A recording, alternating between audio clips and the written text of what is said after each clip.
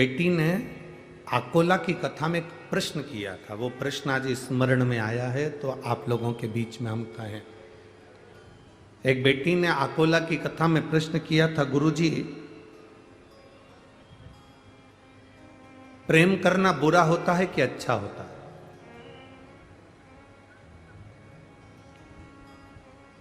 अब बोलो रे 40 गांव वाले, तुम्हारे गांव का नाम ही 40 गांव है, एक जगह पे 40 का बल है? तो प्रश्न का उत्तर भी तुमको देना चाहिए। अब हमारा तो एक गांव का रहने वाले, कोई आकोला का रहने वाला, कोई दुलिया का रहने वाला, कोई औरंगाबाद का रहने वाला, कोई छत्रपति संभाजी नगर, कोई कहीं, कोई कहीं, कोई कहीं, पर तुम्हारे तो गांवों का नाम ही 40 गांव है। 40 गांव एक जगह मिल गए, मतलब 40 तरह के लोग, 40 समाज के लोग, 40 विचार के लोग एक जगह पर एक जैसे रहते हैं, वो गांव है 40 गांव।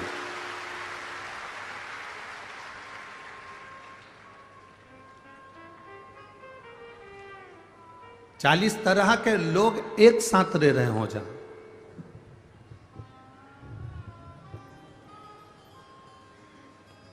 चालीस तरह के लोग एक जगह पर, 40 विचार के लोग एक जगह पर, 40 विचार मंच के लोग, 40 समाज के लोग एक जगह पर रहकर अपने दिल की बात एक जगह स्थिर कर कर रखते हैं, वो 40 गांव।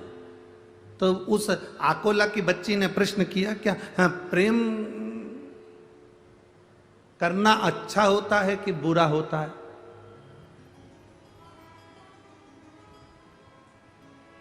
देव जरा उत्तर देव।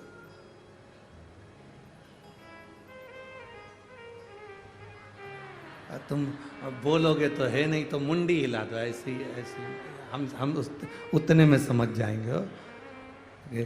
प्रेम करना अच्छा होता है कि बुरा होता है? ठीक है, तो आप कहो जो आपकी मर्जी पड़े, आप अपने मन से रख लो, पर हमारी भाषा में तो हम इतना कहेंगे, प्रेम करना अच्छा होता है, पर 35 टुकड़े होकर अटैची में भरा जाए ऐसा बुरा होता है।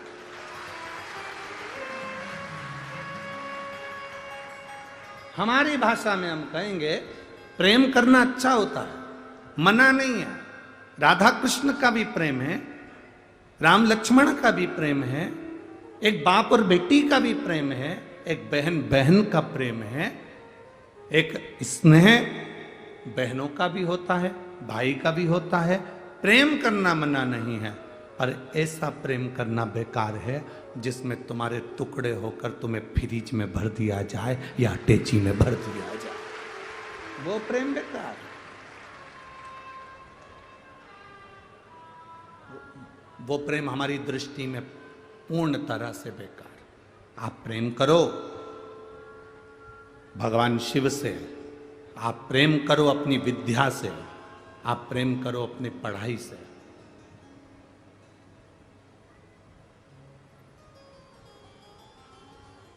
आप अपने कैरियर से प्रेम करिए, आप अपने लक्ष्य से प्रेम करिए, आप अपनी उमंगता और उत्साह से प्रेम करिए। जिंदगी में मुझे कितना भी दुख मिले और मैं भगवान के भरोसे पर चलूं, यह आत्मीय प्रेम है, आत्मीय। हम मना नहीं करेंगे कि ये कई लोग बड़ी गुरुजी, कई लोग कहते हैं महाराज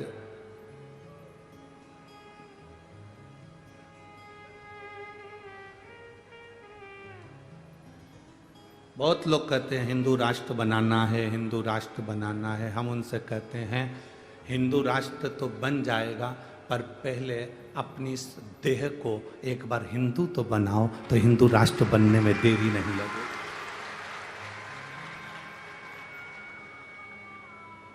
हिंदू राष्ट्र बनने में देरी नहीं लगेगी, पहले ये देह, ये शरीर हमारा हिंदू तो बने। आज घर में रहने वाले 4 भाई एक दूसरे को खाने दौड़ रहे हैं, आज परिवार में रहने वाले 5 लोग आपस में बोल चाल नहीं रहे हैं। सास अपने कमरे में पड़ी रहती है, बहू अपने कमरे में पड़ी रहती है, बेटी आती है और मिली जुली झोला लिया, सामान भरा, वो चले। रिश्तेदार आए, उनका काम निकला, वो चले। हिंदू राष्ट्र बनने से पहले अपने शरीर को, अपनी देह को हिंदू बनाना पड़ेगा। वो हिंदू बनाने का सबसे सुंदर तरीका है कि हमारा पूरा परिवार हफ्ते में कम से कम एक बार साथ बैठकर भोजन करे और एक बैठकर भजन करे। हम चले हैं कि हिंदू राष्ट्र बनाना है, हिंदू राष्ट्र, पर पहले अपने शरीर को, अपनी देह को तो हम हिंदू बनाएं। हमारे घर में 4 लोग रह रहे हैं, चारों अलग अलग दिशा में। बेटा बाप की नहीं सुनता, बाप बेटे की नहीं सुनता, पत्नी पति की नहीं सुनती, पति पत्नी की नहीं सुनता, भाई बहन की नहीं सुनता, बहन भाई की नहीं सुनता, भाई भाई की नहीं सुनता। कोई किसी को सुनने को तैयार नहीं है। परिवार में रह रहे हैं, पर ऐसे रह रहे हैं जैसे कि ना जाने कौन सा युद्ध इनके बीच में हो गया। कोई किसी को पूछने को तैयार नहीं, कोई किसी से बोलने को तैयार नहीं, कोई किसी का आदर करने को तैयार नहीं, कोई किसी का सत्कार करने को तैयार नहीं। अपने परिवार में, अपने घर में एक दिन ऐसा बनाओ जिस दिन मेरा पूरा घर का बच्चा एक साथ बैठे और एक साथ बैठकर भोजन करे, अपने विचार सामने रखे, अपनी भावनाएं सामने रखे।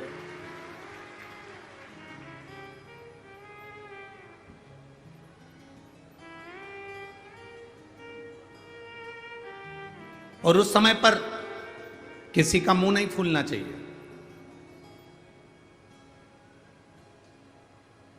4 घर की जगदम्बाएं एक जगह पर बैठ कर भोजन कर लें, बहुत बड़ी बात है।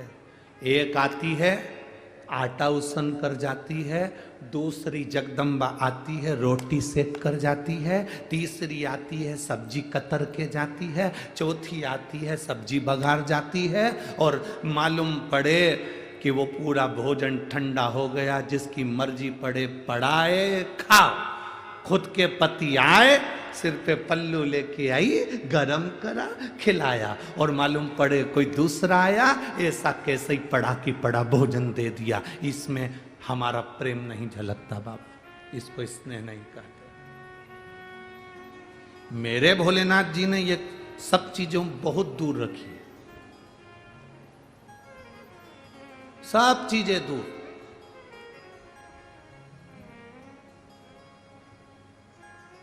सब बातें तो स्नेह से जुड़ो, प्रेम से जुड़ो। एक स्नेह आपके अंदर प्रकट होना चाहिए। हम मना नहीं करेंगे, आप अपने शरीर को पहले हिंदुत्व बनाइए, अपनी देह को हिंदुत्व बनाइए।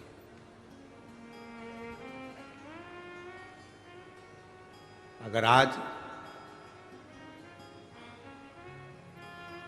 मालूम पड़े कि हम आपस में लड़ते रह जाएं, हम आपस में झगड़ते रह जाएं, तो आने वाले समय में फिर हम एकजुट रहकर नहीं रह सकते, एकजुट होकर नहीं रह सकते। आए मेरे महादेव ने के सामने, मेरे शंकर जी के सामने देवता भी आए, असुर भी आए, मनुष्य भी आए। तीनों ने हाथ जोड़कर कहा आपके पास में 100 करोड़ श्लोक हैं, रामचरितमानस की आपने रचना करी है, वो हमको दे दो। भगवान शंकर ने कहा क्या करोगे तुम लोग, हमें उन श्लोकों को पढ़ना है। 100 करोड़ श्लोक के भगवान शंकर ने बराबर के हिस्से कर दिए, 33 करोड़ श्लोक तीनों को बांट दिए। शिव जी के पास में 1 करोड़ श्लोक बचे।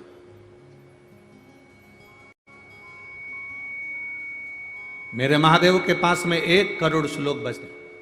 थोड़ी देर बाद मनुष्य देवता राक्षस फिर आ जाते हैं। आपके पास में 1 करोड़ श्लोक है महादेव, वो भी हमको दे दीजिए। भगवान ने 33 लाख तीनों को दे दिए। शिव जी के पास में 1 लाख श्लोक बचते हैं।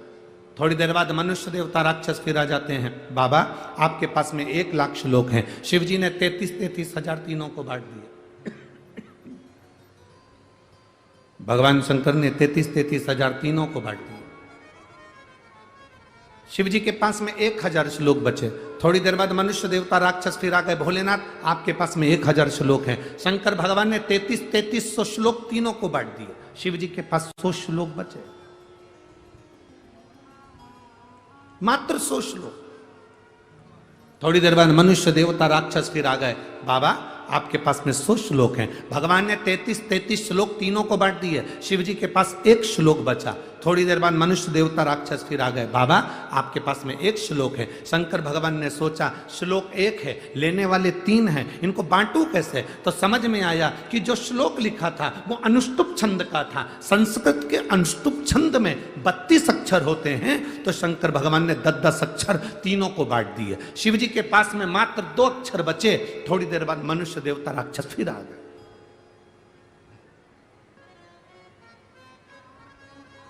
थोड़ी देर बाद मनुष्य देवता राक्षस फिर आए और आकर कहा, बाबा आपके पास में 2 अक्षर हैं, वो हमको दे दीजिए।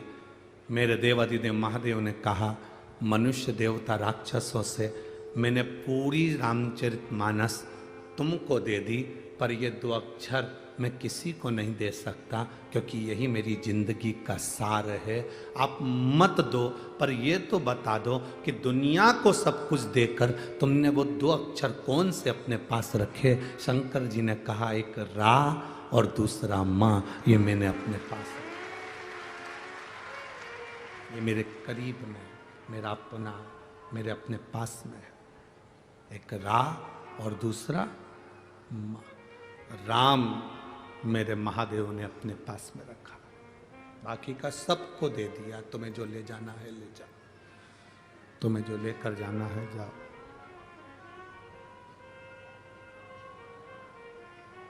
सबको दिया। और रावण को बाबा तूने लंका दिया,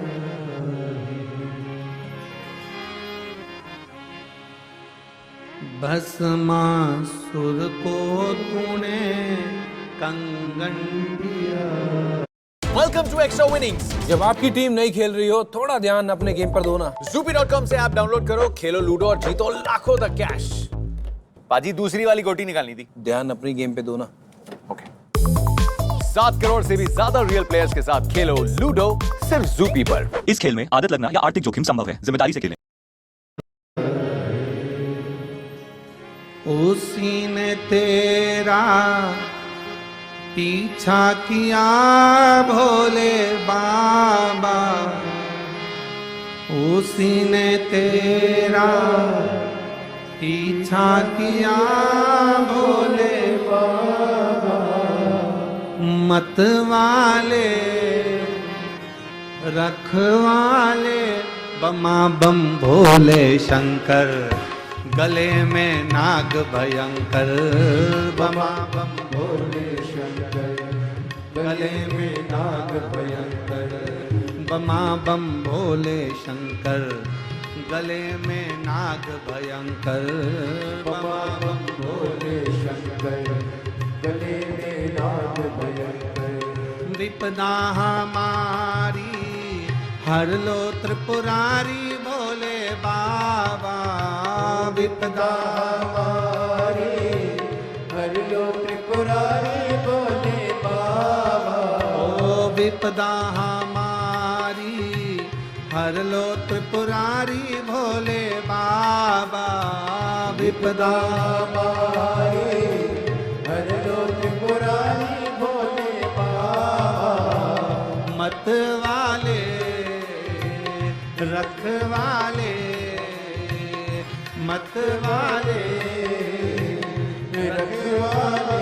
बमा बम भोले शंकर, गले में नाग भयंकर। बमा बम भोले शंकर, गले में नाग भयंकर। ओ बमा बम भोले शंकर, गले में नाग भयंकर। बमा बम भोले शंकर, गले में नाग भयंकर।